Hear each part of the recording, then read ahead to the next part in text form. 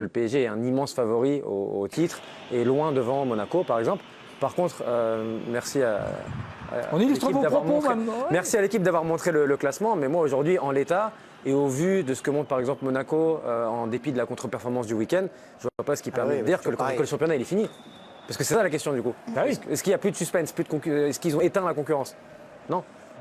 Justement, la question de la course au titre a été posée directement à des Monégasques. Ça tombe bien, ça nous intéresse. Très bonne question. Par qui? Très bon journaliste. Par Eric Dans un entretien croisé aujourd'hui publié dans l'équipe, d'ailleurs auquel vous avez participé, Loïc, aux côtés d'Antoine Momon de Longeval. Non, vous étiez même les initiales.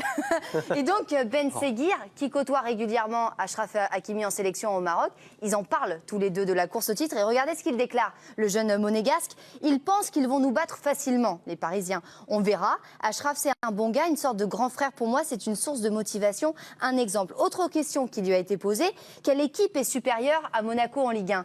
Sa réponse, je ne vois aucune équipe supérieure à nous, peut-être au même niveau, mais pas supérieure. Quand on joue le football qu'on sait faire et qu'on applique les consignes du coach, on est une équipe redoutable. Donc beaucoup d'ambition affichée par le jeune milieu offensif de 19 ans, Eliès Ben Seguir.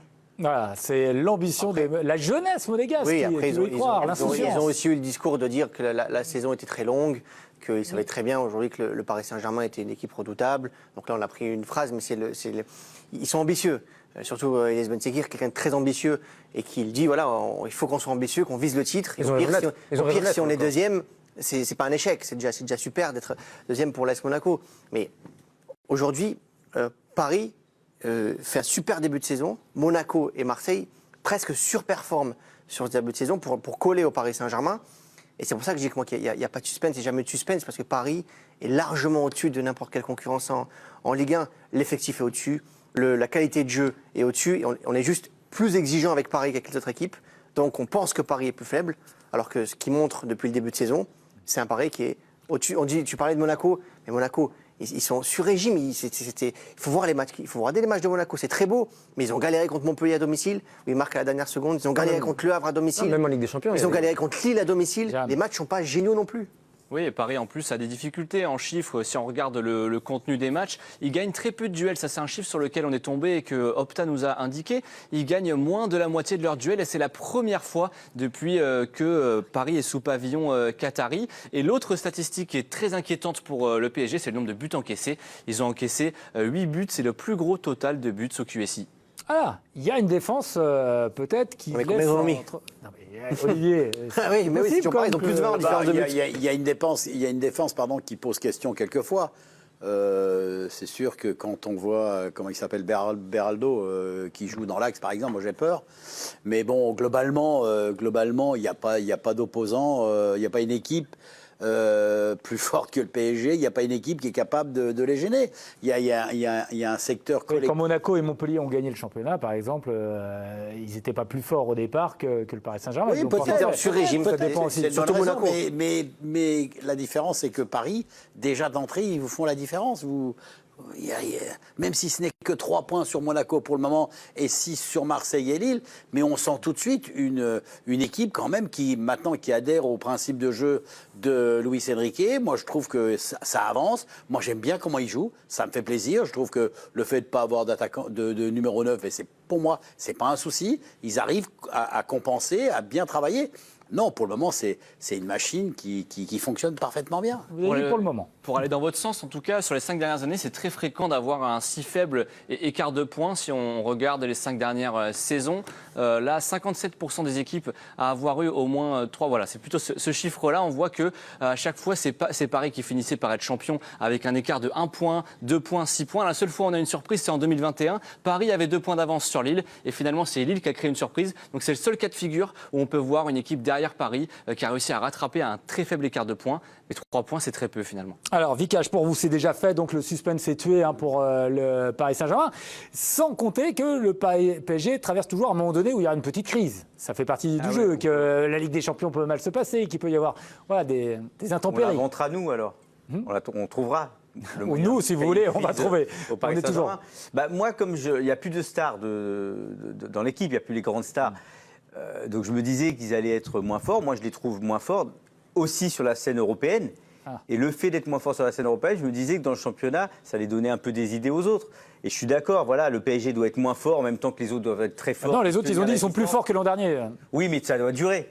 Ouais. Et le moindre accro, dès qu'on perd 1 ou 2 points, tout de suite, voilà, Paris continue à avancer.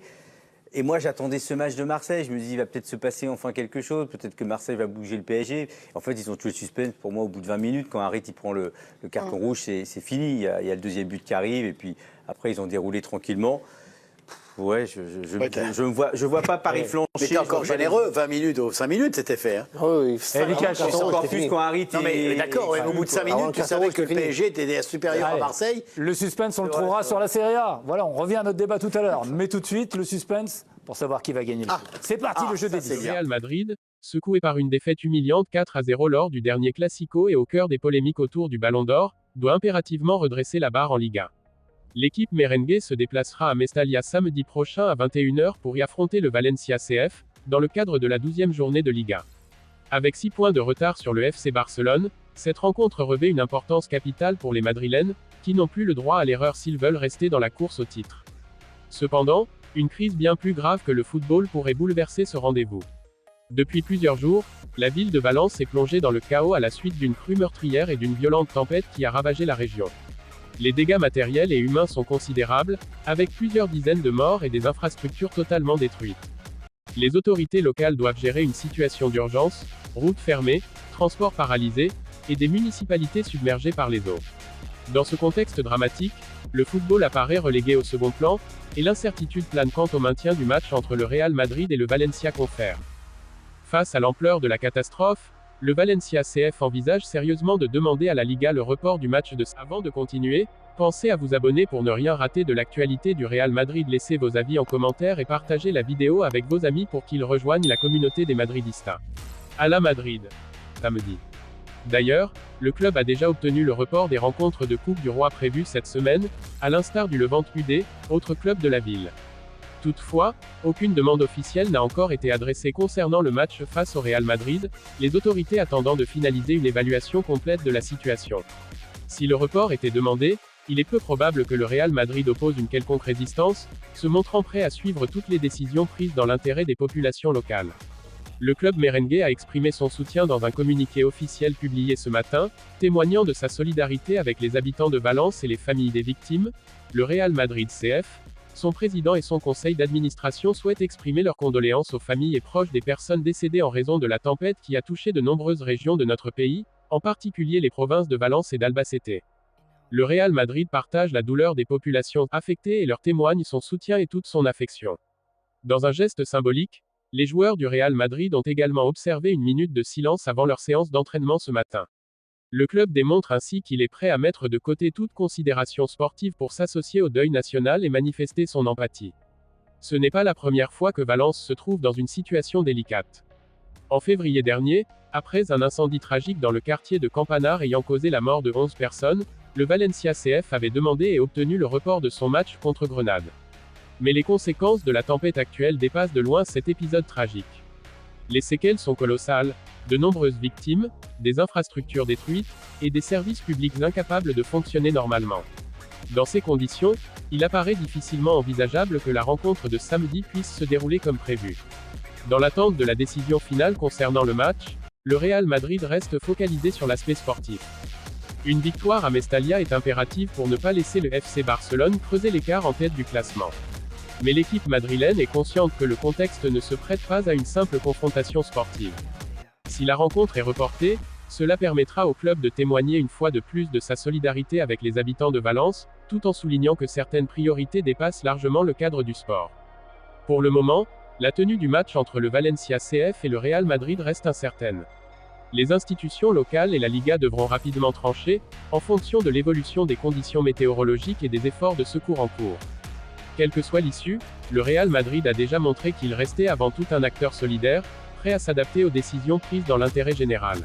En attendant, joueurs, staff et supporters restent dans l'expectative, conscients que la victoire la plus importante ne se joue pas sur le terrain de Mestalla, mais dans la capacité des institutions et des populations à surmonter ensemble cette épreuve.